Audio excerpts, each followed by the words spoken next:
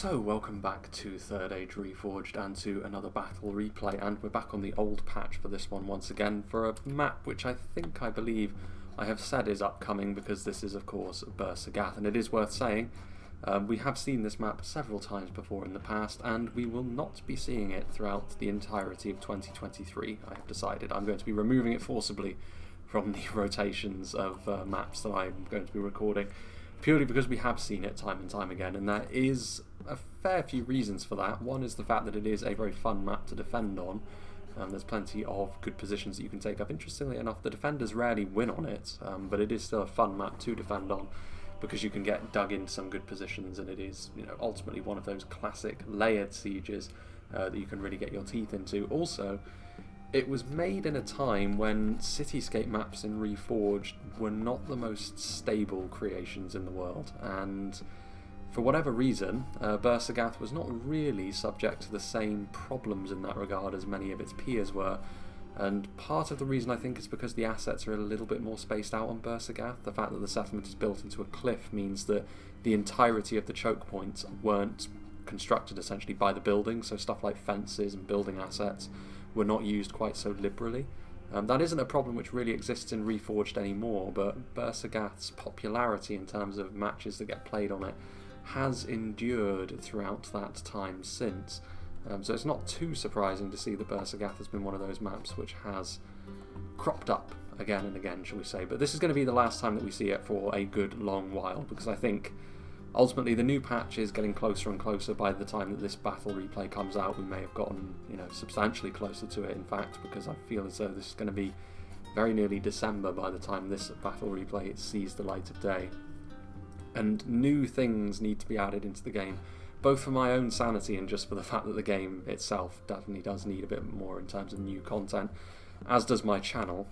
So yeah, Bersergath, this will be effectively a farewell to it for quite some time, and this is actually going to be a fairly fitting map to bid farewell to it, because it is going to be a trio of evil men factions from the east which are going to be defending it, the east and south anyway, with KHANS, Harad and Rhun, the defenders. But we'll go through the attackers first and foremost.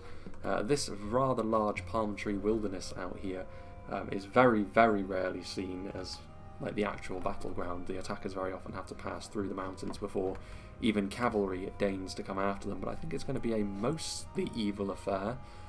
Chances are, as is often the way, one player may very well want to break with the theme and go with one of, for example, if I see someone like Imladris on the attack marching alongside the goblins and Mordor and Angmar, I would not be surprised in the slightest. Someone always likes to be different, but we'll see, I have hope.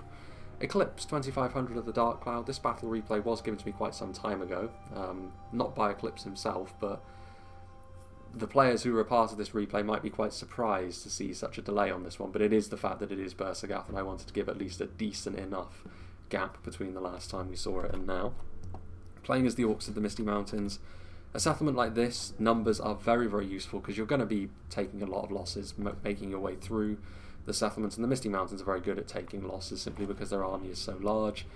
We've seen time and again as well that the Misty Mountains punch above their weight in terms of what people expect of them. I noticed in the comments that people tend not to think too highly of the Misty Mountains, but I do think many of them are kind of misled really in terms of what the Misty Mountains are all about. They are a very effective faction in the game, in this patch and in the new patch that's upcoming actually, because they have a very clearly defined focus and they're very good at what they do, whereas some other factions can be a bit wishy-washy in terms of what they're actually all about, and that can be to their detriment.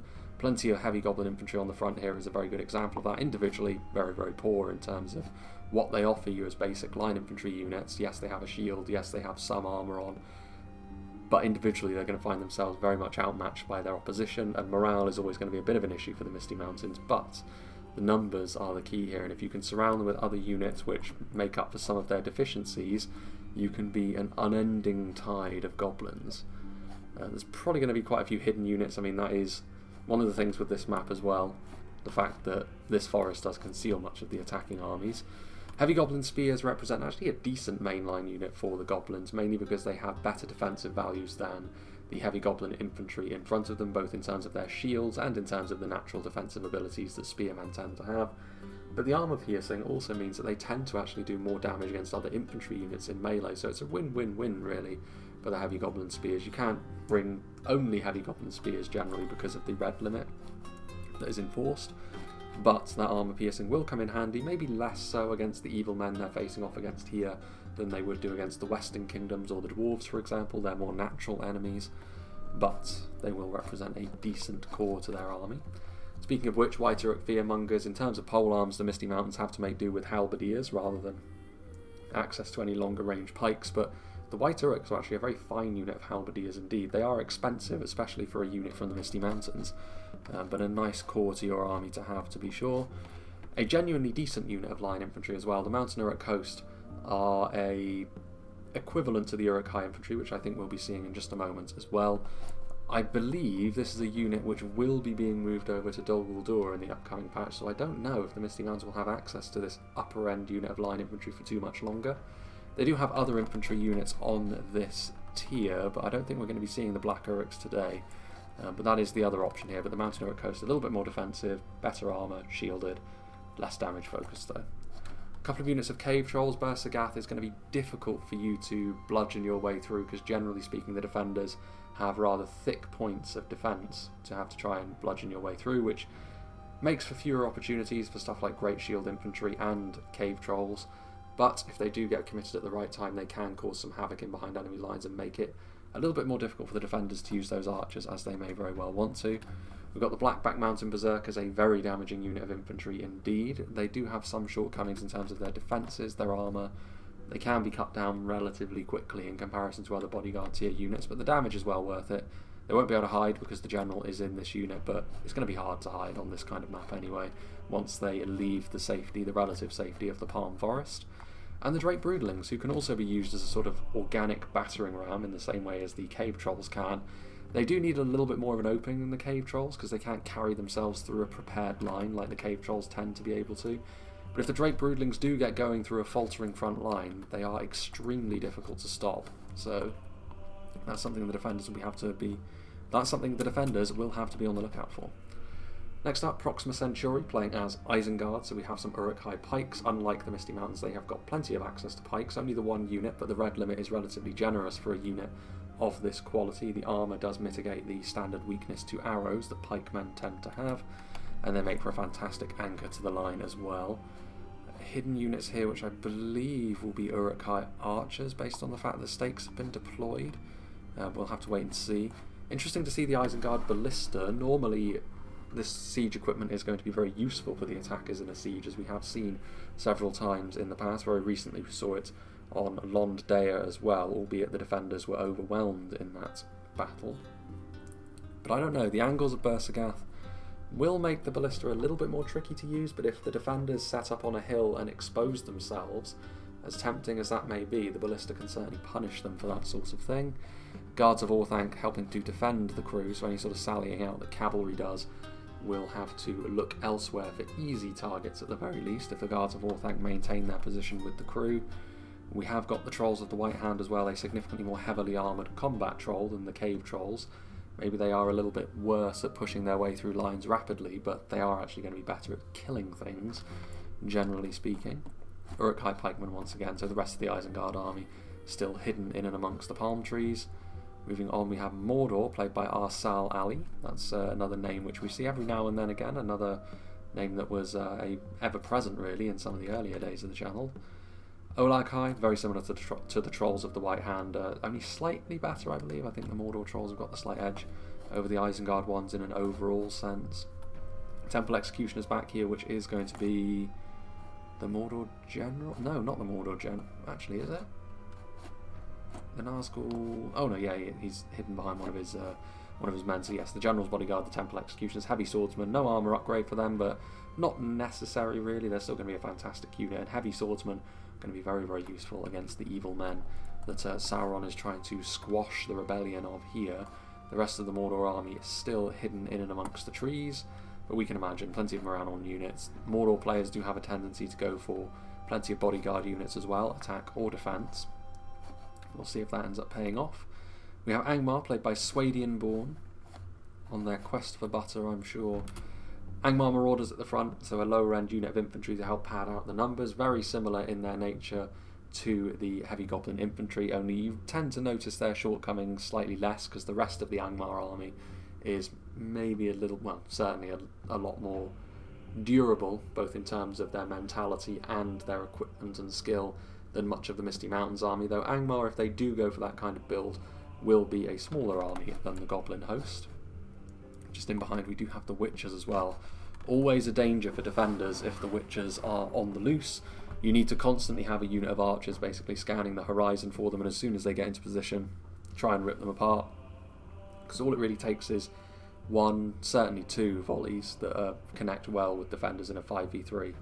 It's going to be a game over really. That's the sort of blow you can't really recover from, so it's certainly something which will keep you on your toes. Witcher-Arm Hammerguard here, another fantastic shock infantry unit, this one with an armour piercing focus, like we've already said. Maybe less of a priority than it would normally be, but still, the damage is going to be fine. Gundabad Guard here on the flank, another heavy unit of spears. We haven't actually seen the Minas Morgul chosen from Mordor, but kind of a similar unit to that, only with slightly lesser armour, certainly more defensively savvy than the heavy goblin spears we've already seen. No armour piercing though. And finally, last but not least, another Mordor army under the command of Leech. We have some orc fodder at the front. Must bring really, based on how cheap they are and based on the fact that they can really bolster your numbers should you go for a more quality focused Mordor army.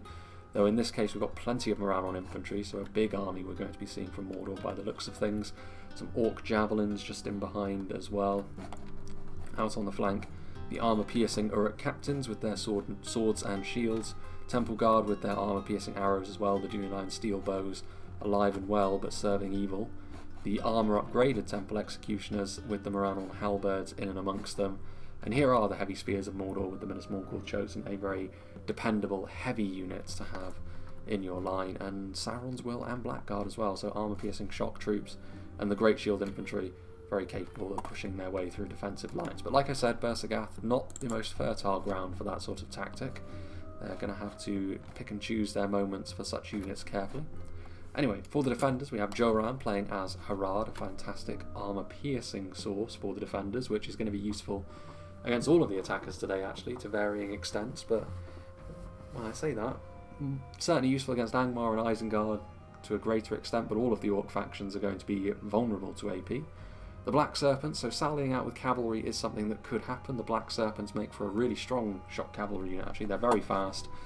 Very good off the charge, of course, but not necessarily the best in melee against other cav, and there may very well be wargs hidden in the trees, you don't know. So that's something worth bearing in mind as Harad sally forth. Looks like 2 units of Champions of Nathrat, which is a big investment, but when you're on the defence you can afford such things, and there isn't really a unit in the attacking army that will enjoy going up against the Champions of Nathrat. They are a fantastic armour-piercing unit indeed. Just in behind, Southron Pikes. I mean, as far as polearms go, Harad do have options, but most of them are lower tier. The Southron Pikes at least have that little bit of armour piercing, which will make them a little bit more effective, but their base stats are very poor, so they're going to need to be supported. Trollmen of Harad, we know how effective they can be, the ever-present in the Harad armies, for good reason. That second hit point really makes up for their defensive frailties elsewhere, and the damage they deal is very impressive. Demons of the Desert can be devastating, just like the Witchers can be, though maybe not as easy to use as the Witchers and maybe not quite as devastating either. But based on the defensive positions they can take up, it could be the attackers don't have a choice but to go into their crosshairs. We'll see. Several units of unupgraded Serpent Guard, interestingly enough, but as far as a line infantry unit goes, their skill is nice, their damage as well for the kind of unit they are is maybe slightly above average, very dependable frontline unit that they are. Without the armour upgrade though, especially, they do tend to lack a little bit in terms of what you want a line infantry to be good at, which is heavy armour and big shields. Maybe a little bit less in that regard for Harad, but still a good unit nonetheless. Southron Archers and Southron Warband as well, so a basic unit of archers, and then also some armour-piercing spears akin to the heavy goblins we've seen. Could be a few units of hidden, Hashari are hidden, and I imagine, Hashari Stalkers, so the Rangers are here, as well as the throwing knives that the Hashari bring to the table. Then Son of the Dunedain, who is playing as Khand. He's got some Brotherhood of the Lance, the Windblades, and Variag Cataphracts. Now this is a big investment of cavalry, including Brotherhood of the Bow over here and Chieftain's Vanguard, so the pressure's on when you're the defender and you bring this level of cavalry because you need to get your money's worth out of it. Otherwise you've basically doomed your team to defeat in a 5v3, so we'll see. It also forces you as the defenders to be slightly aggressive with your cav.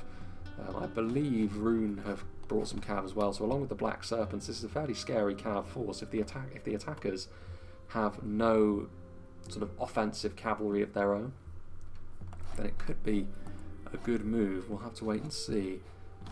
But plenty of options here. I mean, we'll see. It's a lot of cav to utilise as well, so it's going to be difficult, I think, for KHANS to get the most out of that cavalry, but it could be a match-winning move, but you have to back yourself in terms of your cav play. 2 units of Harad Stormguard in a similar manner to the Champions of Nefrat. This is an expensive thing to bring, but it's going to be worth it, much like the Champions. The Harad Stormguard are a fantastic unit. Slightly better at keeping themselves alive in the long run, you would suggest, but maybe not as devastating in the short term as the Champions are. Brotherhood of the Spear make for a good unit of defensive spearmen. Nomadic Infantry, we saw them be fairly effective actually recently on Londea over the long haul in terms of their range damage.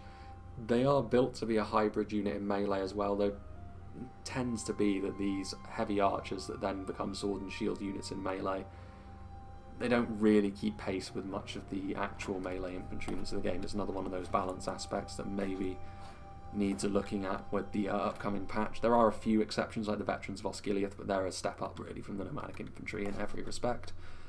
Brotherhood of the Axe and Sword, more aggressive units of Brotherhood here. Nurad Halberds and Footman make for the classic Khandish front line of armour-piercing halberds with an armour-piercing infantry unit as well, which, as we've already mentioned with Harad, going to be useful against all of the attacking armies today. And speaking of which, Winged Swordsman himself, who sent me the battle replay, so big thank you to him, is definitely going to be bringing a lot of armour-piercing, playing as Rhun as he is. Flagrim, armour-piercing melee units once again. Naru, not sure why they're down here, but they'll be able to get back into the settlement, into defensive shape pretty quickly. The Scion Rim, very similar to the heavy spears that the attackers have deployed today.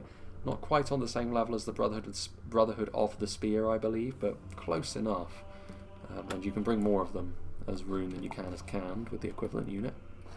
More Flag Rim with that armour-piercing. Dragon's Wrath Guildsmen are here, so you get more throwing projectiles. The Guildsmen are a little bit tankier all round than the Hashari from Harad, though. I believe Brotherhood of the Shadows are also over there for KHANS somewhere as well, because I saw them in the deployment zones as well earlier before I started recording. Eastron Crossbows. Crossbowmen, like Isengard, won't have a monopoly on crossbows, but Misty Mountains are here as well. Defensive position, is that going to be enough to give Rhun the edge in terms of this kind of warfare? Probably on a map like this, as long as you position yourself wisely. And then of course there's the absolutely devastating Dragon's Wrath crossbowmen with their body piercing as well. Something else which the new patch will not be allowing them to keep. Balkoth Sapphire Bladesmen as well, good strong melee combatants as well as nice nasty javelin units. Dragon's Wrath Guildsmen, a couple of units of Cummel's Shadow Guard for even more armour piercing, though slightly less defensive abilities. And finally the Dragon's Breath Cannon, which is not really as impressive as you would think for a unique artillery piece, especially one that looks and borrows the same model from the Great Bombards from the standard Medieval 2, but can be really devastating. I mean, morale shocks, it can certainly help induce, so Misty Mountains and Mordor could be especially vulnerable to that, we shall see. And I believe that's it from Rhun. There may be a couple of units that I've missed, but we'll see as the battle goes along. There will be a cut here, of course. I don't know how aggressive they're going to be with their cavalry here, the defenders, but even so, even if they are extremely aggressive and go straight for the throat, it's still going to take them a fair while to cross over through the palm forest, as we've already seen. So yeah, I'll make a little bit of a cut and we'll rejoin when the battle is getting underway.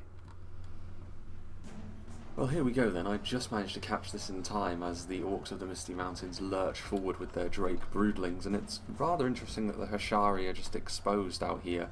The Black Serpents could charge in as well, but they've left it a little bit late to charge, I would suggest, and this means in sustained melee here they're going to, well, suffer at the hands of those trolls certainly, but even the Drake Broodlings as well are going to find it relatively easy to get away here, so I'm not entirely convinced by the very opening moments of this battle that bringing this cavalry was a good idea, if this was the intention behind using them. The Khandish cavalry is way over there as well. I thought actually the cavalry was going to retreat back within the settlement for a while there, which would have been fairly risky behaviour as well, given the fact that it's not so easy to ride out akin to the final few Rohirrim riders. at the Hornburg, but yeah, that didn't go very well for the Black Serpents, and they're routing already, so yeah, not particularly good use of the cavalry there to open up the battle. And the defenders can't afford to waste their cavalry. Like I said, I think if bringing this much cavalry, you need to get them going, you need to utilise them well. So there's a lot of pressure now on the Khandish cavalry to make this largely mounted, focused army worthwhile.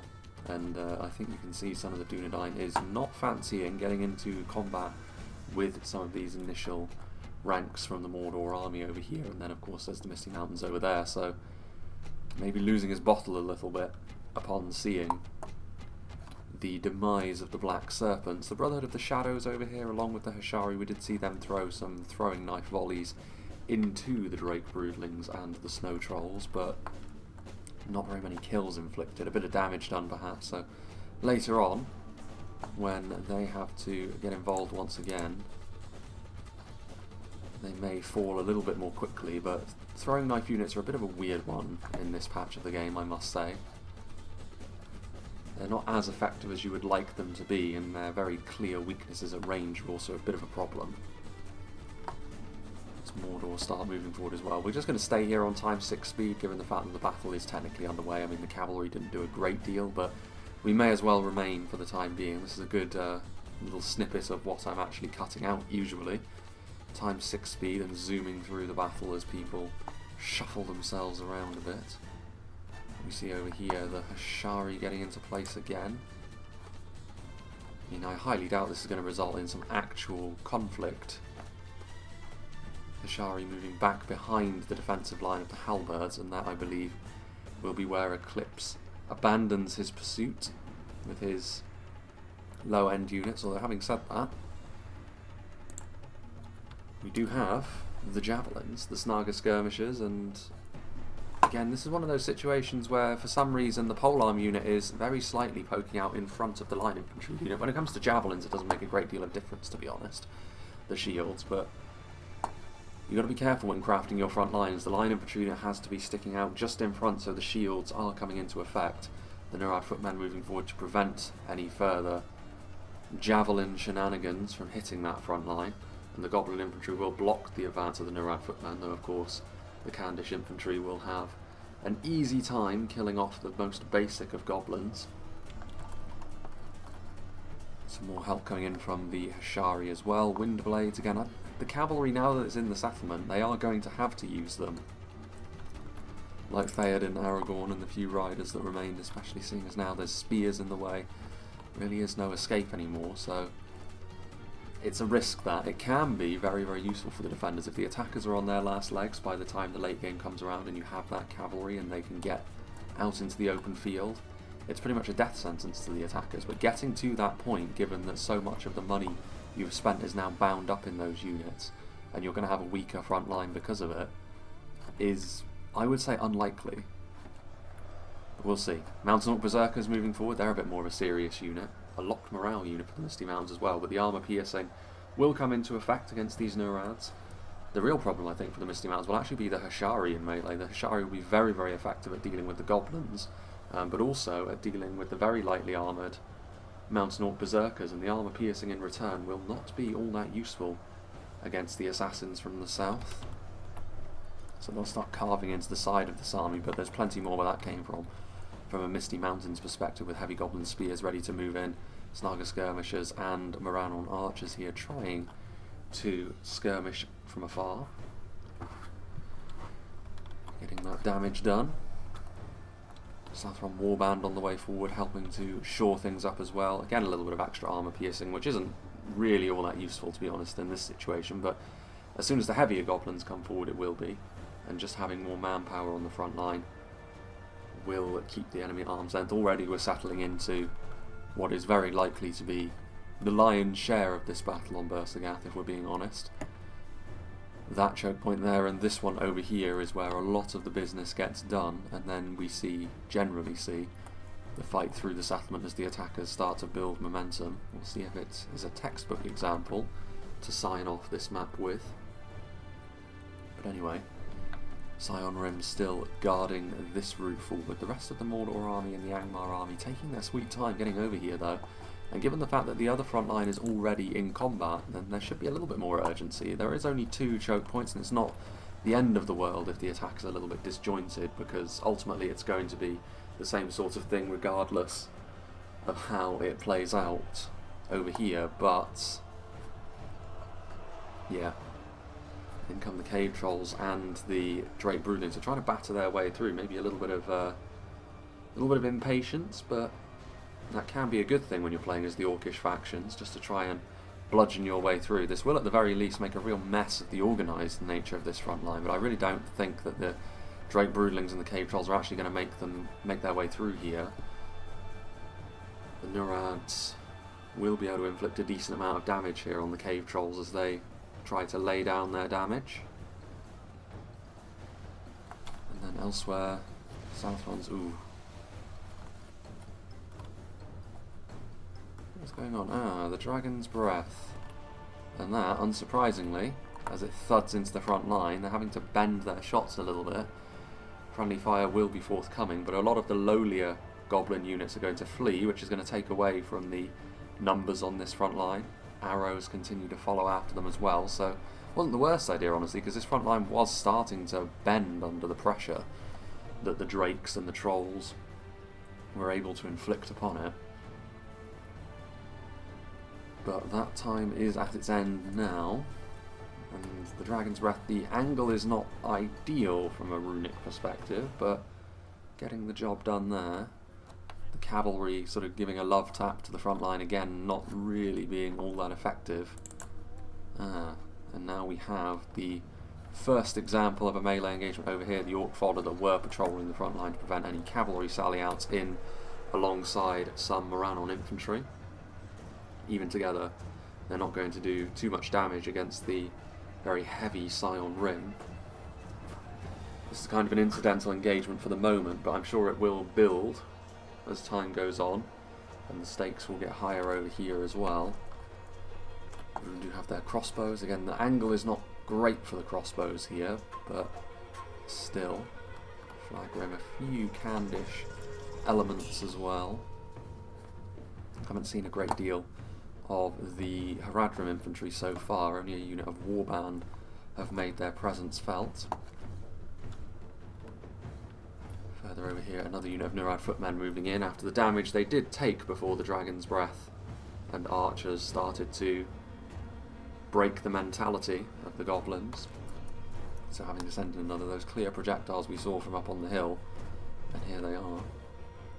Unit of Hashari Stalkers from Harad. This is, again, classic Bersergath. We've seen this time and again. This is an ideal place for rangers in this version of the game, because you can very clearly see the blobs that you're shooting into. And that will help to cut down on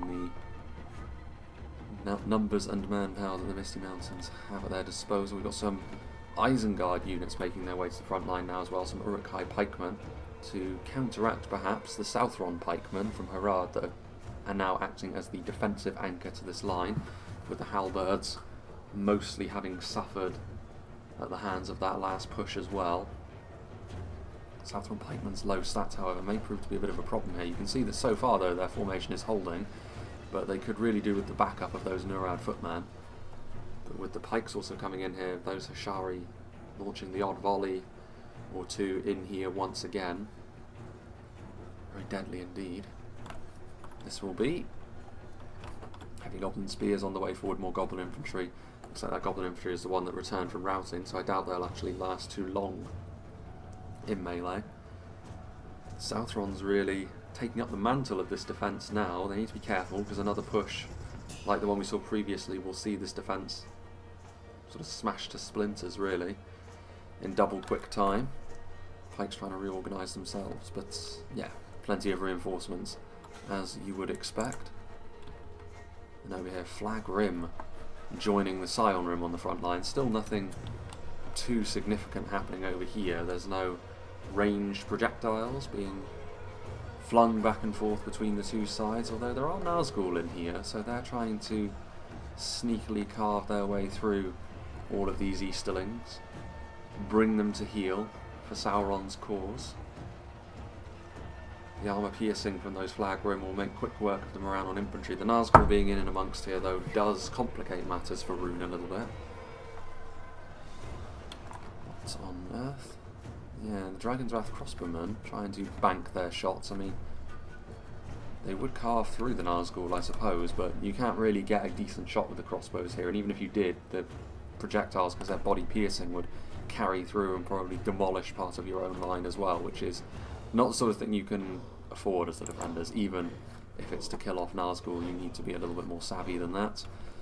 Yeah, those Southrons were forced back onto the defensive a little bit by some heavy goblin spears burrowing into the line, and that did get the attention of the Nurad footmen, who are bunched further forward now, and also we're seeing some of the dismounted Serpent Guard too, so the quality levels of the defending line infantry here will be enough to continue to marshal this front line for the time being, most certainly.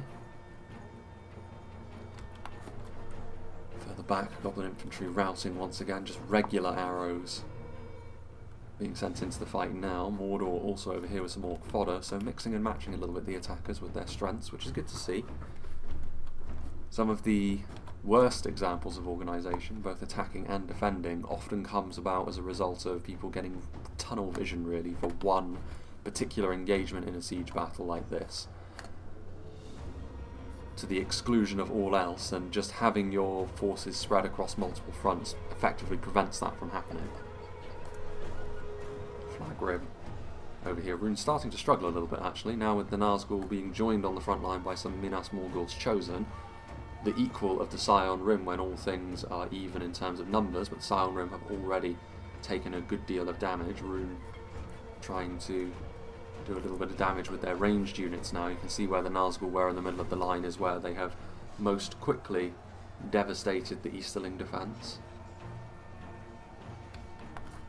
And all of a sudden, very quickly, how things unravel for the Easterling defenders now, with Moran on halberds on the way forward as well, to really consolidate any sort of gains. Rhun probably won't be sending any sort of reinforcements forward here. They will instead, I'm sure, try to utilise a ranged volley or two to punish Mordor for their trespass.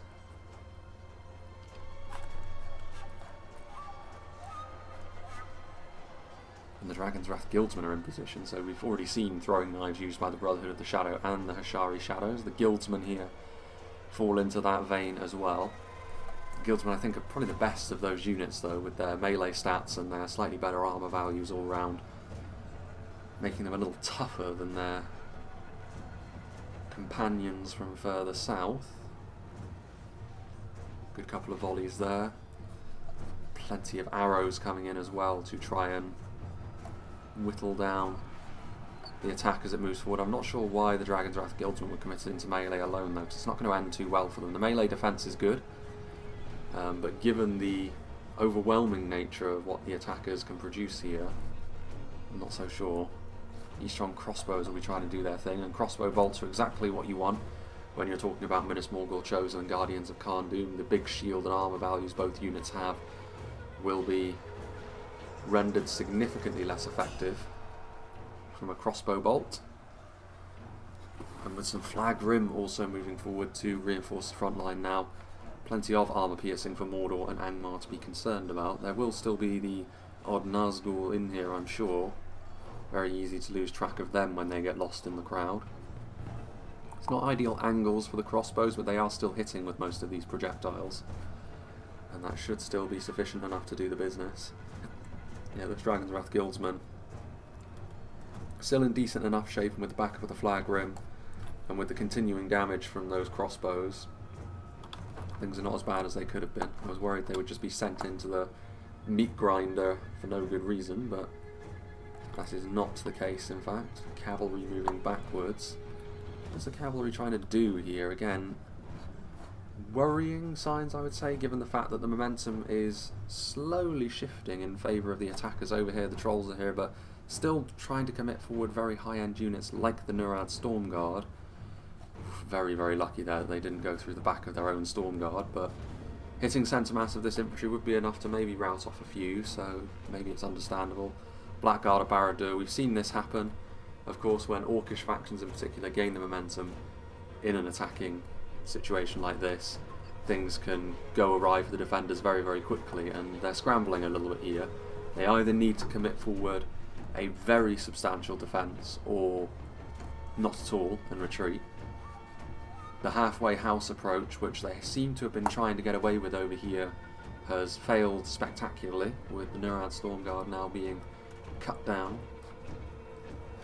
And that's not the kind of unit you can afford to lose, especially given Khand and their heavy investment into cavalry. That sort of high-end unit is going to be few and far between from their ranks. And a small chosen, oof. The camera shake there, the Dragon's Breath Cannon. I mean, it's a fairly ideal opportunity to use that.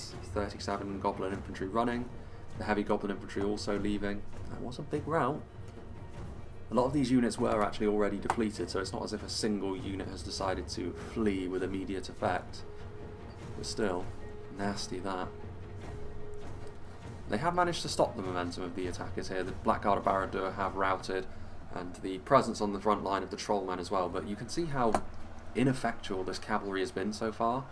And I mean, Brotherhood of the Lance, they're not going to be able to get a charge off going through their own men like that. They're just going to bump clumsily into this infantry here and end up perishing bit by bit. If you're going to use them, you may as well use them later on when there's a few more gaps to be had. But yeah, I'm really not convinced by this army pick at all, and even less convinced by how they're being utilised here.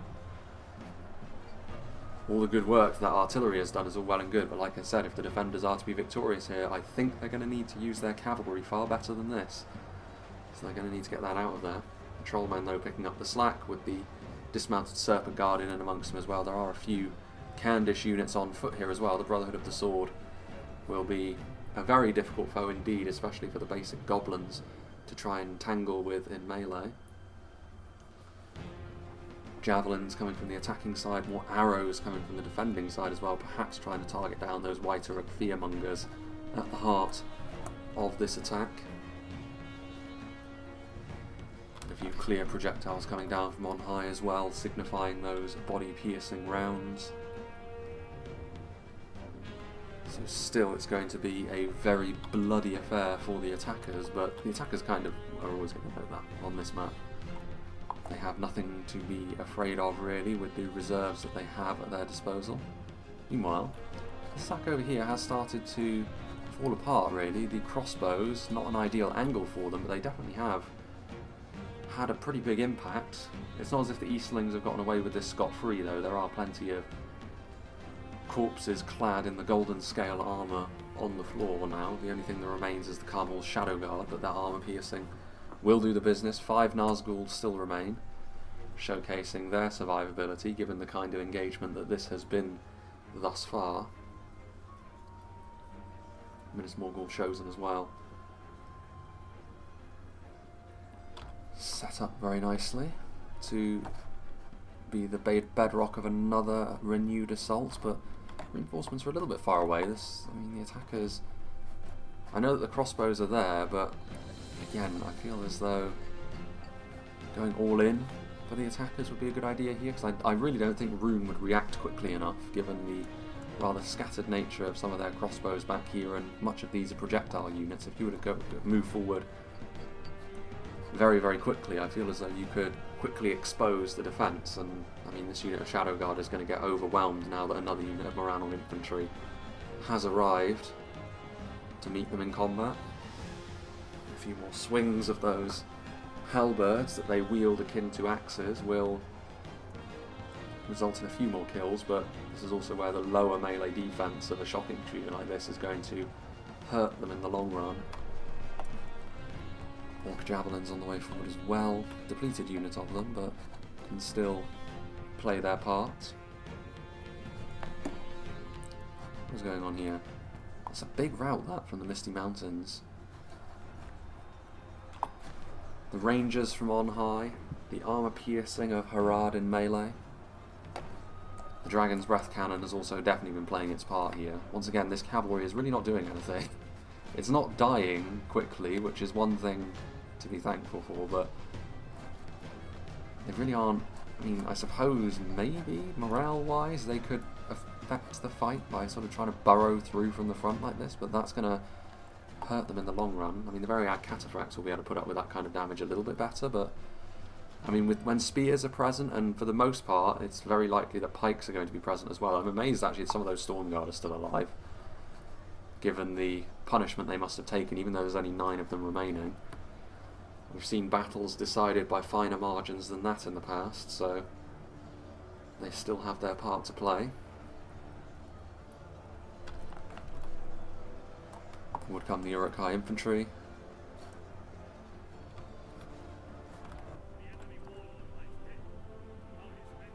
There goes Angmar in general. Wait a minute. Are they over here? Where is that? They charge through? Surely not. Where was that? Where was that cavalry being used? Very peculiar. There's very cataphracts. Dragon Knights? Yes, Dragon Knights. They're over here. They managed to assassinate a general, essentially. Dragon Knights being used well, so I mean the cavalry over here, and especially seeing as those were the witches as well. And I think I speak for all of us when I say that this battle would probably be better off without the witches. The defenders are going to need all the help they can get in order to be able to withstand the attacking pressure, and the witches can wreck such fine balance very, very quickly. A quick charge, killing off the general there, very nice. Better keep an eye on those Dragon Knights actually. Managing to escape into the open field unlike the Khandish cavalry. Paying dividends for them. If the Khandish cavalry was out there as well, then the attackers would actually have to commit more to their back lines, and their frontal attacks would suffer as a result of that. And if they did continue to commit to the front, then the cavalry would have ample opportunity to charge in. So it's a shame really that Khan did not follow suit for the Dragon Knights, and you can see here Rhun, perhaps emboldened by this, moving forward with yet more of their flag rim, taking the fight to Mordor, and Mordor not really committing forward an equivalent force, which will allow the Easterlings to maintain the momentum here.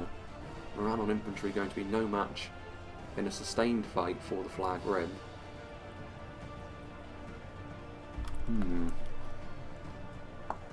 Javelins, Gundabad Guard on the way forward from Swadian-born. Brotherhood of the Lance and Windblades and Cataphracts still moving around as a big clump. I mean, they do have maybe an opportunity to slip through over here. It's risky, but it's a risk that may be worth taking. Chieftain's Vanguard, they've presumably been using their bows up until this point, so the horse archers will be a little bit more universally useful back here. It's not often we see this unit actually, for the reason that, you know, the cavalry balance being what it is, and generally speaking, of course, siege battles are the bread and butter of this channel, and horse archers are lesser used for obvious reasons in such a battle. But Chieftain's Vanguard here, possibly the tankiest horse archer unit in the game, certainly the most colourful. But heavy goblin spears moving forward again, the momentum starting to shift slowly in favour of the attackers as they continue to commit soldiers to the front.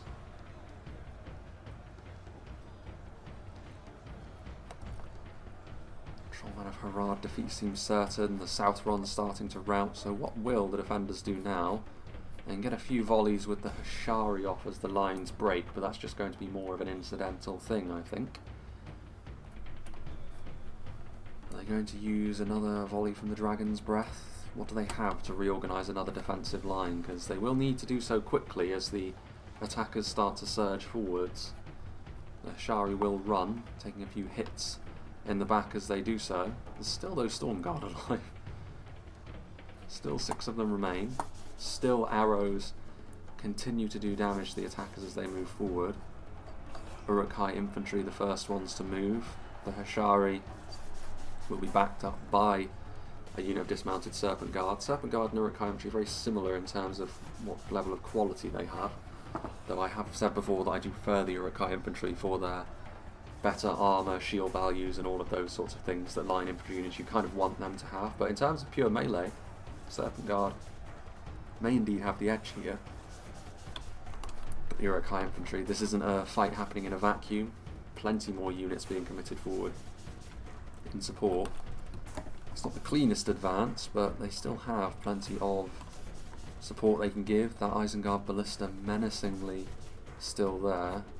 And Isengard's still fairly healthy with the units that they can offer. And a few more units from Mordor back here as well. Even Angmar have got a couple of units over here, but Angmar may need to be committing their full might against Rhun. Wait a moment. I think as we heard the sounds of battle. Yes, indeed. Camel's Dragon Knights moving in. Again, getting some really good charges off here. They will have built up a decent little kill count for themselves over the course of the battle, and the best thing is in the endgame splash screen we'll be able to see it, given that we have seen the battle from Rhun's perspective, and they're feasting upon a less important unit in the Orc Fellas, but killing off this amount of numbers is still going to be extremely important for the defenders. If they can take away the overwhelming feeling of the attacking force, then it will go some way for giving them hope into the late game. The Gundabad Guard has stabilised the advance over here, well, stabilised the fight over here I should say. You know, really the attackers have been forced back a little bit since the initial phases of the battle, but Gundabad Guard themselves are still going to be vulnerable to units like the Flag Rim. Heavy spears as they are, they're going to take damage from those armour-piercing attacks that the Flag Rim traffic in. Just in behind, Eastron crossbowman as well, ready to move forth.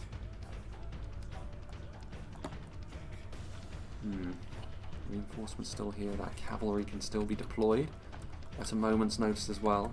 The Runic fight has been more of a secondary one, to be fair. This, I would say, from an attacking perspective, is where they have had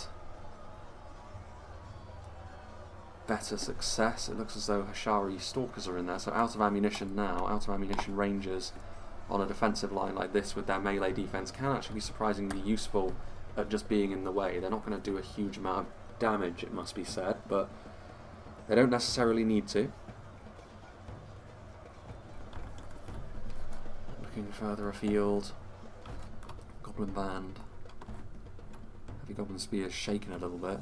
Reinforcements are a little bit far away, so if this front line starts to go a little bit poorly for the attackers, sending forward the likes of a single unit of Goblin Band is not really going to be the match-winning decision, but it at least adds more numbers to the front line to keep it going for now, keep it simmering away. They may very well be worried about the Dragon's Breath being right there, but having said that, you could just push forward the Isengard Ballista and snipe it out. Of the two, in an artillery duel, you would back the Isengard artillery piece. What have we here? Chieftain's Vanguard, ready to roll forward. Still not too keen on moving forward with more units, are they? The Guildsmen coming to the aid of the Flag Rim as well, only making the fate of the Gundabad Guard more sealed. And then, what's occurring down here? Yeah, this makes sense. The Dragon Knights finally being hunted by the Snow Trolls of Eclipse. The Snow Trolls, of course, fast for trolls. It makes them pretty good cavalry hunters. If they do get charged with lances down, they die like any other troll, but in sustained melee, the opposite happens. Very interesting sort of relationship, mechanically, that trolls and cavalry tend to have. But yeah, the Dragon Knights will not be as effective as they once were, but they have been utilised reasonably well as cavalry can be, I think, on a map like this. I believe as well I did see the Dragon's Breath fire a shot then. Plenty of Goblin Band moving forward.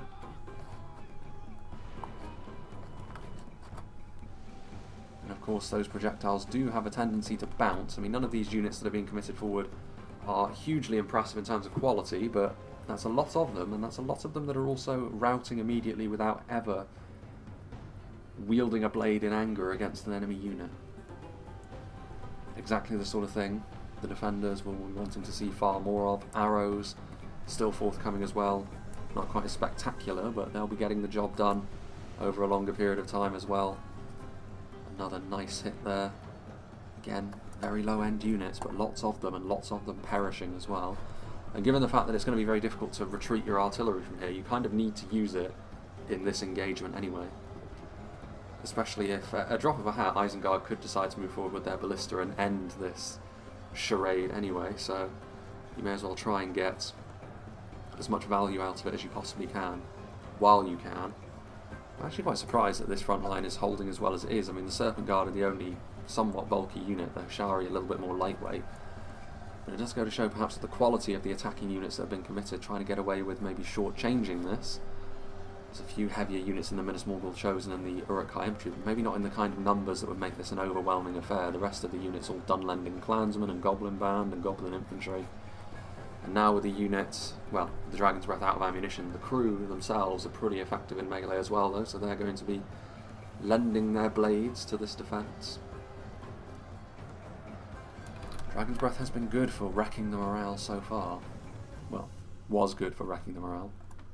There will be no further use of such things. Once again, we're seeing the cavalry used in exactly the same way by KHANS, and I will continue to say that this is very bizarre behaviour, to sort of burrow into the back of your own men trying to get into the front line, and as soon as you get to the front line, leaving again, because of course that's what you're going to do. The cavalry isn't going to be as very effective in that sort of situation at all. So, I don't know. If the front line starts to buckle and there's a gap, then it's a different story, because the cavalry can cleanly charge into the infantry, but that isn't the case now. The Dragon's Wrath Guildsmen now alone, their melee defence still serving them well against the Morannon infantry. Yeah, again, the charge just not going to connect. I can appreciate what Son of the Dunedain's trying to do. He is trying to use his cavalry efficiently, but it's never going to work like that.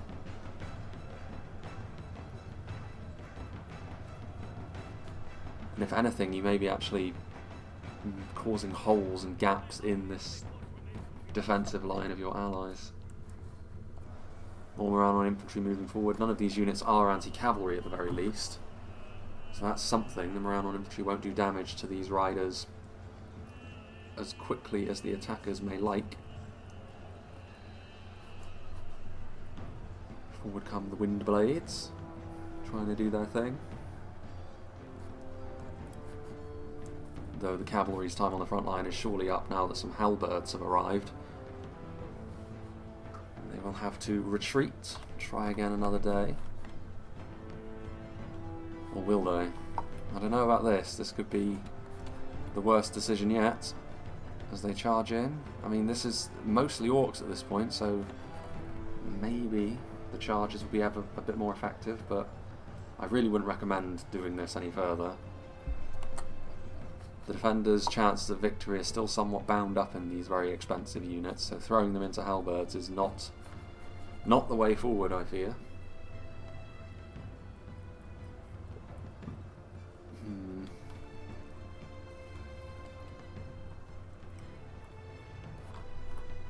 A few flaming shots coming in from the Nar Rim now.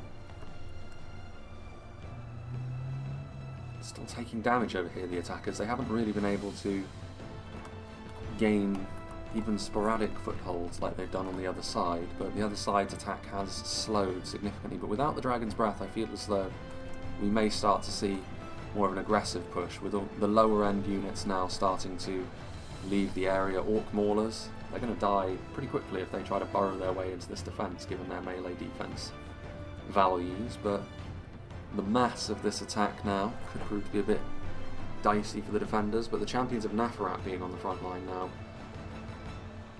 is the sort of thing which the attackers are really going to struggle against. Champions of Nafarat, one of the scariest units the defenders have at their disposal, and the damage they'll be able to chuck out against these basic Mordor infantry units is going to be significant. Forward come the Blackguard of Barad-dûr, so we're seeing another mass push over here, something we haven't really seen on the other side. I don't know if this is going to be successful though, really. I mean, Demons of the Desert are right there. Ooh, Serpent's Fangs, that is the Isengard Ballista. Able to shoot into some of the more exposed units and do a lot of damage while hitting them. If the Demons of the Desert can fire in, that's going to be pretty nasty. Brotherhood of the Sword and a second unit of Champions of Nafarat are getting involved.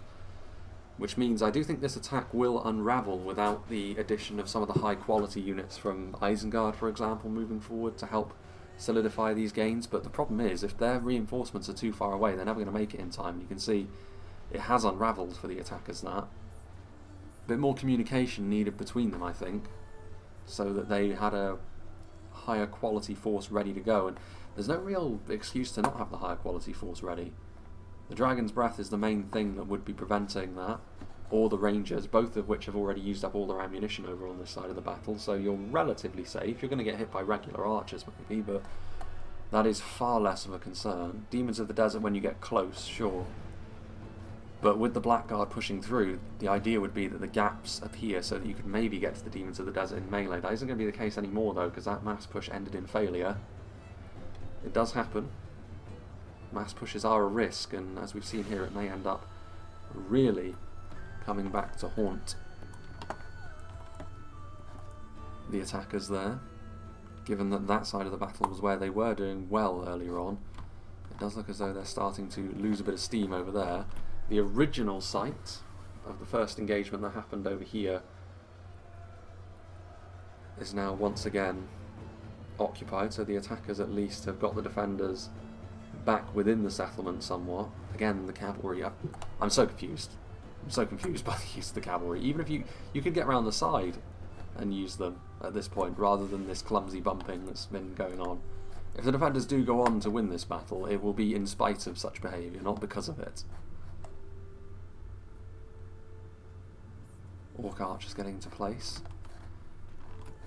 Counter-skirmishing for the attackers on this map is pretty difficult, to be fair. It's one of the main pros of being the defender on Bersergath, as we have noted. Pretty much the polar opposite to maps like Hobbiton and Longbottom, where the attackers can use their archers to really good effect because it's so open, but because of the tiered nature of Bersergath and also a lot of the cover that it offers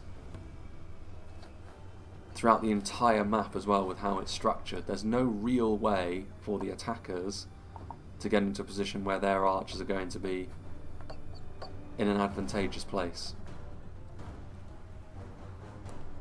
And that can make a big difference. Very often the attackers still go on to win Bersergath, but as we've seen so far, it has cost them very dearly. Crossbow bolts and the flaming arrows from Rhun, knocking the orcs down as they move forwards. What have we here? Oof. Strong crossbowman. A withering arrow storm there. And unsurprisingly, Gundabad got out, and 50 heavy spears. Not insignificant. They're going to need to rethink their approach over here, the attackers. What do they actually have left? Rhun on archers, Sauron's Will. They've got some fairly high quality units here, including a mass pushing unit, but in order for that to be really effective, they're going to need numbers. So I think if this is going to be effective, they're just going to need to have all of what they have left over here attack all in one go. Try and push through with mass and then use their high quality bodyguard units in the mess that arises from that. Over here, meanwhile, Olag High trying to offer a much needed damage spike for the attackers over here to reignite their hopes in this one. Cavalry, Brotherhood of the Bow have been doing their thing so far. Nomadic infantry getting into melee in response to the Olag High. It's not ideal, but it is at least extra units. The Demons of the Desert there, I think, threw a volley. I hope it wasn't into sniper skirmishes of all things. Demons of the Desert will be able to defend themselves decently in melee to trolls, but I mean, healthy Olag High is still going to be a pretty scary foe to have to try and tackle. Uruk-hai crossbowmen getting cut down. Actually, I think it might be the blackbacks that those demons are going after. The trolls coming in once again, or the cavalry I should say coming in once again. If any of those lances do connect, that's actually not a terrible thing. The trolls right in amongst things over here though. A good opportunity now for the attackers to try and claim the momentum in this particular engagement once again.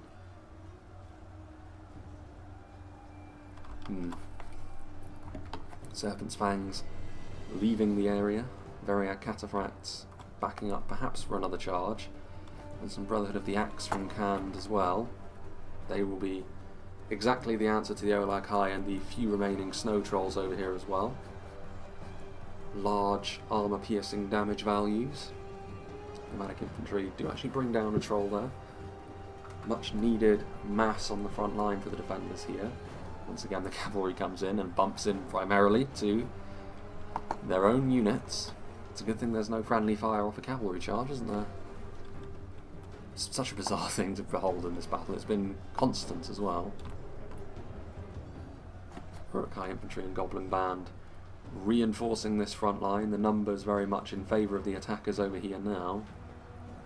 Those demons of the desert as well have been being hit by javelins as well as being engaged by trolls. Well, yeah, a troll in melee now, but previously trolls plural. And those demons have been dealt with, which is a big victory for the attackers. The damage spike that they offer is not the sort of thing that you can afford to just let go. More arrow fire from Brotherhood of the Bow, making themselves useful. Might be worth sending over the Storm Guard to the other side as well. Like I said, I don't know if the attackers have the stomach for the fight over here. I have a feeling if they wanted to move forward with everything, they would have done so by now. Now, over here, Temple Execution is still alive. Nazkai is still alive. Strong units, crossbows could be a good supporting tool. And Guards of Orthanc, but not much, honestly. I mean, it's a fair few high-tier units with some decent armour-piercing skirmishers to back them up, but mostly, from the ballista forward, most of the numbers of the attackers are over here now. Going after the Brotherhood of the Bow with those artillery pieces. Brotherhood of the Lance in there. I mean, the Brotherhood of the Axe are now the ones standing in the way. There is the other side of the coin, however, where the defenders are clearly running low on manpower as well, so any mistakes that are made at this point will be devastating for their chances at winning this one. Brotherhood of the Axe, though, certainly doing the business. You can see some of the lower tier units, the Goblin Band, fleeing from the front line, and these numbers are important. Champions of Nafrat and Brotherhood of the Axe are both very, very damaging units, and the attackers being made to suffer here. Poison projectiles from the Serpent's Fangs as well, really twisting the knife in terms of the morale damage that they're capable of inflicting here.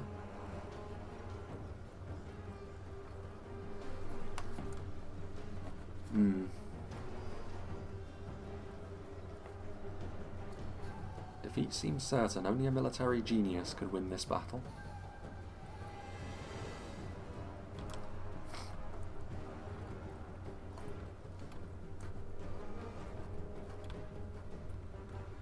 Nomadic infantry and footmen on the way to help bolster those lines. Once again, the cavalry is going back, though I don't know how useful they will be necessarily. Wargs were over here. Maybe the Chieftain's Vanguard killed off the Wargs while we weren't looking. That would make sense.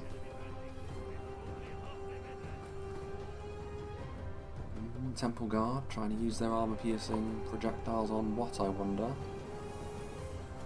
Dragon's Wrath crossbows. That would make sense. Probably the single scariest defensive tool the defenders could bring, to be fair. We've already seen them used briefly in the very early stages of this fight. Meanwhile,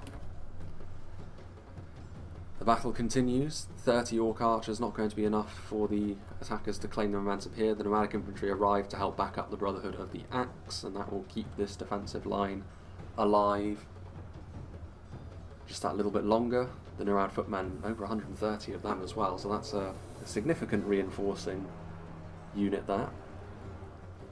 And the real question is, when will those high quality units arrive? Angmar Marauders can't count themselves among that number at all. Those poison projectiles trying to get those fodder tier units to rout off once more, deprive the attackers of those numbers.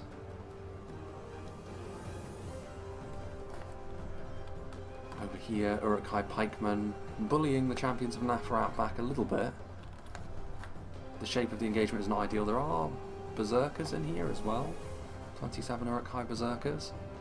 Damage-wise, they are the equal of the Champions of Nafrat, really. They even have an extra hit point, but woeful defensive values once those hit points are gone, and those hit points will disappear pretty quickly when you're facing off against a unit as savage as the Champions here. More routing, this time from a depleted unit of Dunlanders. And yeah, this has been more or less a classic Bersergath battle, this. Part of the reason why I am fairly over it is the fact that these two choke points are clearly the best places to defend as the defenders. Right from the front, it means you don't have to deal with those transitional phases which tend to favour the attackers, so the defenders very often will front load. And to be fair, it may end up working out in their favour on this occasion.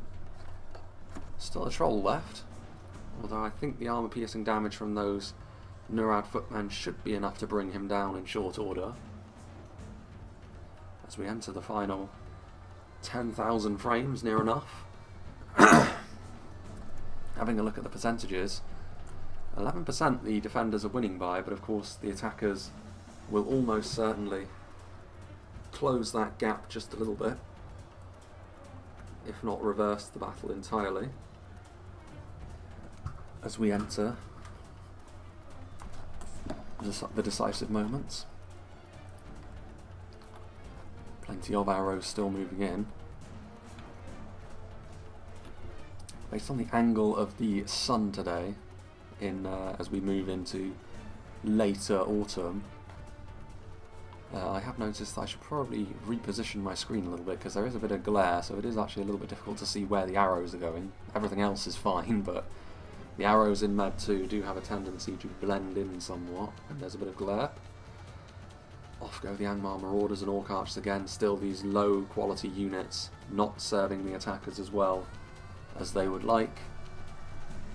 Mountain Orc Berserkers are at least locked morale, there's only 3 of them remaining, and the Goblin Band are the only units that are in there, and I think the attackers have really missed a trick here. They've left their, or a clutch at least, of elite units at the back, hoping perhaps that they would be able to deliver the final blow. That will likely never come now, because all of the numbers that would be around those elite units are gone. They're going to have to really hope that the quality of those elite units is enough. There goes Eclipse's General. The Misty Mountains surely now on their knees. And what is going to go on over here as well? I think the attackers have just waited a little bit too long. And as a result, I don't know. They're going to have to roll the dice here and just hope that some of their quality units will be enough, and hope that the defenders may be a little bit more reliant on skirmishers that are out of ammunition to plug holes in the line. Maybe that won't be enough. The cavalry, though, is still alive, and the problem is, now that the attackers are on their last legs, as it were, they don't have numbers on their side really anymore. This is where having the cavalry will work. You can mow the enemy down. Proxima Centauri. Oof. That Isengard Ballista, that was a nasty shot.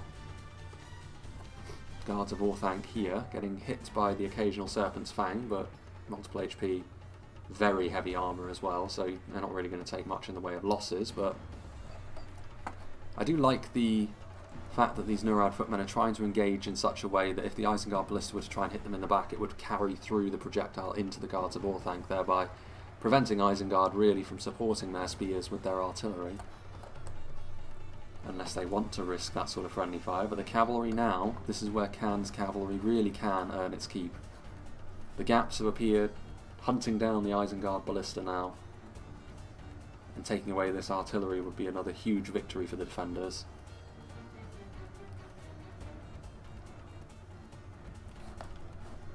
Forward come the Nazkai, better late than never I suppose, with Temple Executioners and Nazkai, and maybe some Orc Javelins in support as well. They're not going to be able to kill off the entirety of that Isengard Ballista crew. This is where the cavalry, I mean, this is where as well the cavalry that has been bumping into the back of its own men for so long in this fight, this would be a good opportunity, a clean run at Nazkai. Cataphracts would be able to barrel into them, but unfortunately that is not going to be the case. These Nurad footmen, already in terms of quality, struggling a little bit against the Guards of Orthanc, as you would expect. With the Nazkai coming in though, they would be very lucky not to rout, and indeed they do. So that's a little bit of a victory that the attackers can claim. Nurad footmen are certainly a useful unit as well. Brotherhood of the Shadows in place, will be trying to throw their daggers to whittle the enemy down. Poison arrows still flowing into the Isengard Ballista crew. Meanwhile, they move forward, but immediately being introduced to the crossbow bolts. I think this is going to be an all-in kind of situation based on the sudden mass movement, although again, like both of the Great Shield units leading from the front, lots of bodyguard units that they still have available to them, and yet they are throwing this opportunity away. Like, there's every chance that this quality would be enough if you were willing to be bold, but it's something that the attackers haven't been willing to be in this fight, really. On occasion in the early to mid game on the other choke point they were, with a few decent mass pushes, culminating in one that did fail, to be fair, but they at least push the enemy back significantly. But the problem they have here is Rhun are still reasonably healthy, with a few high-quality units of their own. Balkov Sapphire Bladesmen, of course, the extremely deadly Dragon's Wrath crossbows are still alive. Orc Fellas, very likely to rout pretty quickly. As much damage as they can do with their projectiles as possible is going to be the order of the day.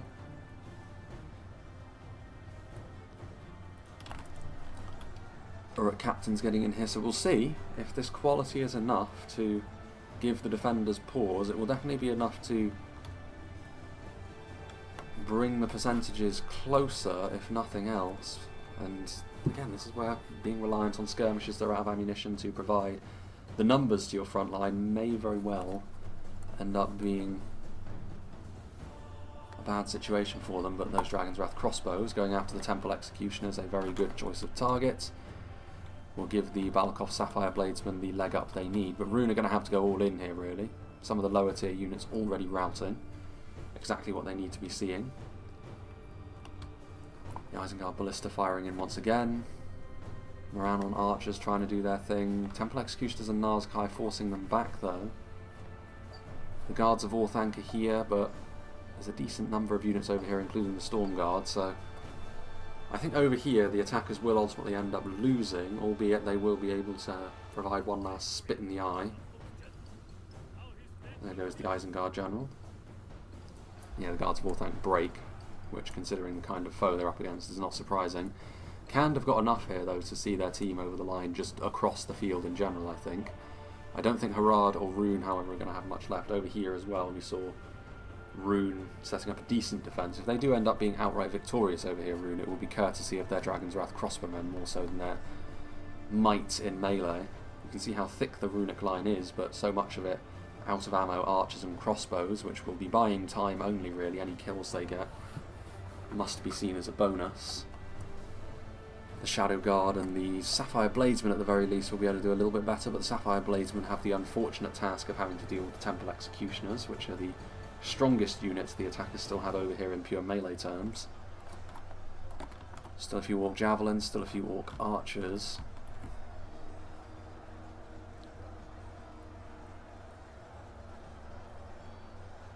Narrim, defeat almost a certainty, to the surprise of no one. Whatever happens to those Dragon's Wrath crossbows? Don't tell me they've retreated. No, okay, they've repositioned themselves over here to try and hit this section of the line. This is where the Blackguard are, after all, and the Blackwatch Legion also. Slightly better angle that they have. I mean, any of those bolts that hit are very likely to kill their target. The problem is, even if they do manage to defeat Rhun over here, I really think that the attackers are going to be too depleted to deal with what KHANS have left. But trying to expedite the process by bulldozing their way through here with their Blackwatch Legion is definitely the thing to do from an Angmar perspective, I think.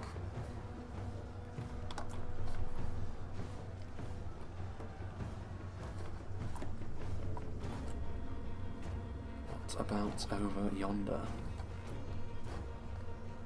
Nazkai doubling back to try and take on this Khandish line, but Halberd, Stormguard, Brotherhood of the Spear, it's going to be too much for a single unit, even a single unit as powerful as the Nazkai, to do.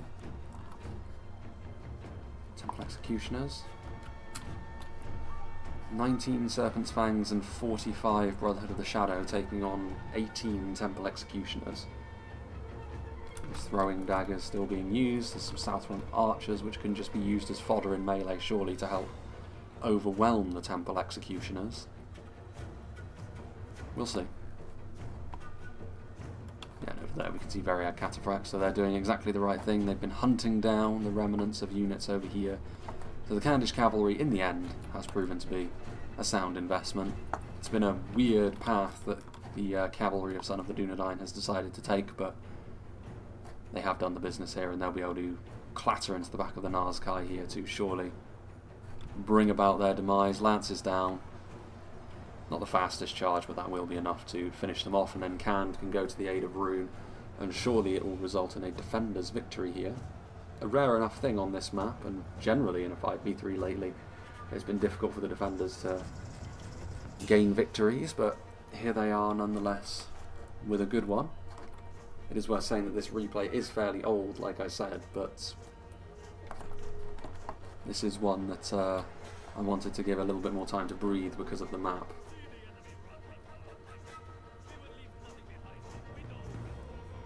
How charming. Were you leaving Orc Widows behind? I don't know. Anyway, Blackwatch Legion did manage to push their way through the line pretty effectively. The Dragon's Wrath crossbows will kill them off in melee, but the lack of crossbows assisting the front line now will be enough for the attackers to finish off this runic defence with significant losses, but gives them at least an opportunity in the late game here. 7% now, so they have managed to pull it back a little bit, the attackers, but maybe not to the extent they need to. If it were just any old units that KHANS had at their disposal, then I would say it could still be anyone's game, but the fact that there are still Stormguard and Brotherhood of the Spear, they've got a unit of Halberds as well which they can use, and of course the cavalry which you see there. It's going to be very, very difficult for the attackers to cover every angle if that cavalry is used effectively. Temple Guard could try and last samurai them down in melee, I suppose. As Rhun finally brought to heel.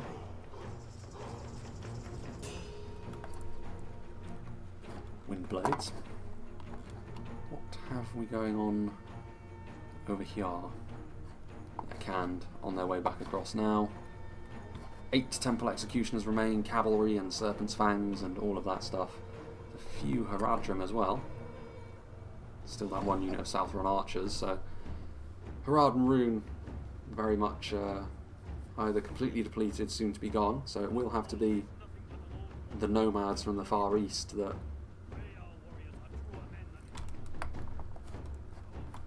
oh, there he goes.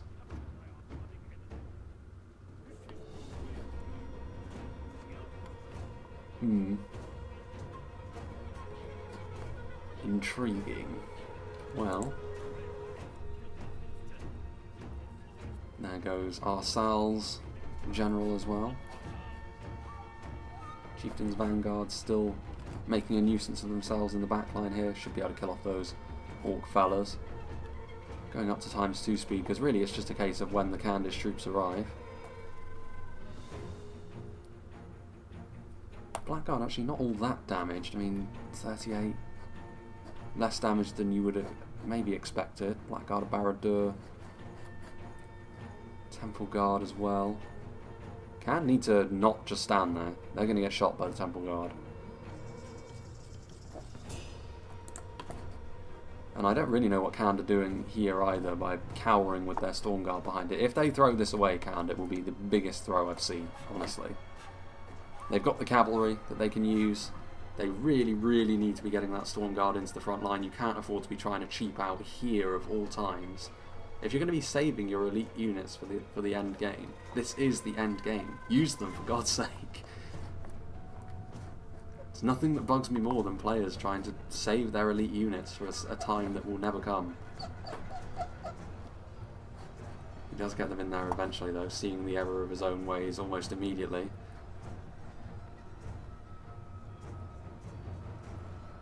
Brotherhood of the Lance charging in as well. Just getting in and amongst things, trying to be an annoyance. Orc Javelins and Temple Guard. What's going on out there? Dragon's Wrath crossbows are running. Where are those Varian cataphracts? South Rhun archers are heading in behind enemy lines as well. Brotherhood of the Bow will be able to charge into the back of these attacking units. Temple Guard still going after the Storm Guard, and that is a problem, certainly. Those Orc Javelins are almost certainly going to rout at the hands of the Brotherhood of the Bow. Storm Guard trying to do their thing. Still there at captains. There is a lot of these high-end units, to be fair. That's pretty much only high-end units that the attackers have left. Serpent's Fangs, the rest of Joran's army, moving over here now to try and lend a hand with Brotherhood of the Shadows. There's no danger of the defenders not winning this one at this point, unless something really bizarre happens, like a chain rout, but still a very close battle nonetheless. Probably the best battle of Bersergath I've shown in a long time, if not ever, actually. all things considered. The theme was good, the back and forth was good. If anything, maybe the only thing from a theatrical perspective, I suppose, is that it would have been nice to see the higher levels of the settlement as well, but people have played this map so much at this point that they've worked out the optimal way of playing on it, so it is what it is.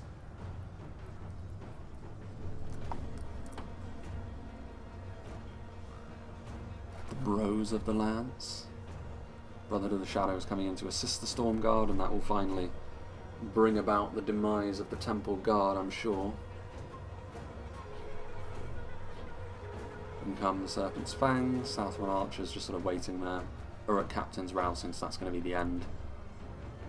Decent though. 7% difference victory for the defenders. And then they flee. Temple Guard are gone. Which around Blackguard the only ones left, so Angmar the last army left standing. Although to call 3 men an army is maybe being a little bit generous.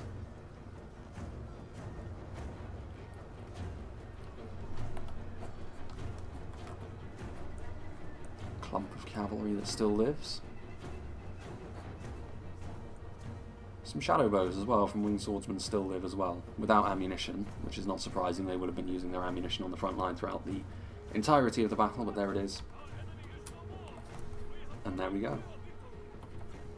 Bersergath defended. Sauron's attempts to bring his rebellious vassals back into the fold has failed. It's definitely cost them a lot, but they have their freedom. And they're going to have a lot of corpses to clear out of Bersergath as well. So yeah, there it is. That will be the last time that we see this one for a long, long time. 2023 will not play host to this map, as I have suggested. I will even be willing to effectively have a gap in my schedule if Bersergath is the only replay that someone gives me. So yeah, because we've just seen it too many times at this point, like I said at the beginning. And I think it is important to not just do the same thing over and over and over and over again, and it's the sort of thing which I want to start moving away from if I can. I'm really hoping that with the advent of the new patch, that will be a little bit more doable than it is at the minute. So yeah, it is what it is, but big thank you to Winged Swordsman 44 nonetheless for sending this one to me. I know that this one was sent a little while ago at this point, but here it is, better late than never. And I think this is the end of Winged Swordsman's backlog that I have currently anyway.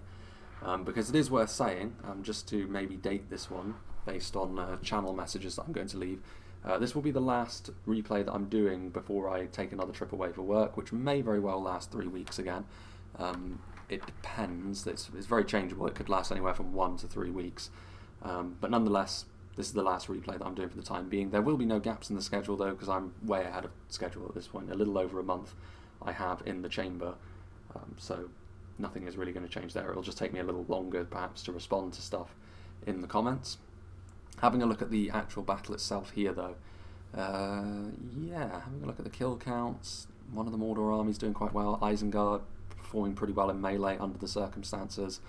Nothing too surprising there, and then over on the defending side, relatively even KHANS saw their team over the line, but considering the heavy emphasis on cavalry, which for a large portion of the game was being used in a very bizarre manner, it's not surprising to see KHANS lower down on the kill count spectrum than Harad and Rhun. But that's to be expected. Harad were clearly using their ranges, I should say, very, very effectively. Rhun were also doing very well on their front line for the longest period of time. Let's see what did the damage actually for Rhun. The Dragon's Wrath crossbows only got 144 kills, which, considering they were banking their shots, isn't too surprising, but it was into mostly high-end units, so that will still be a good number considering the quality of kills. Sapphire Blazon, we only really saw them involved late on as well, again against high-end units. Most of those kills would have come from their javelins though, because in melee they were struggling a bit against those Temple Executioners. Shadow Bows, decent kill count, 367.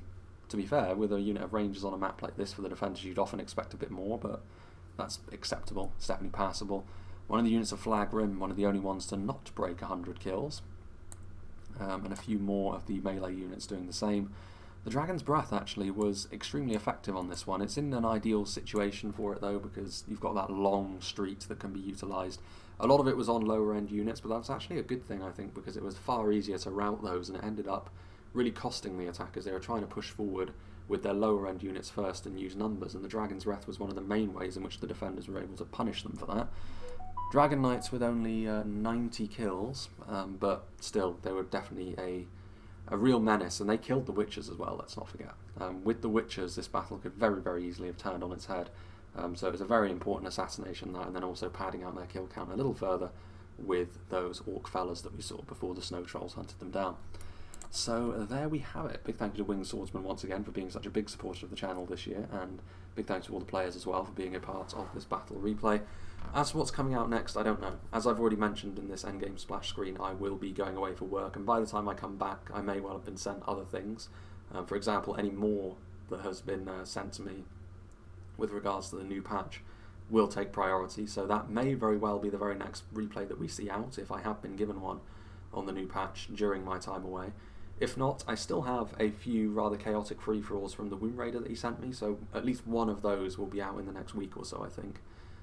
I think that'll be one of the first things I record when I get back, because those free-for-alls tend to be a little bit shorter, a little bit easier to record as well.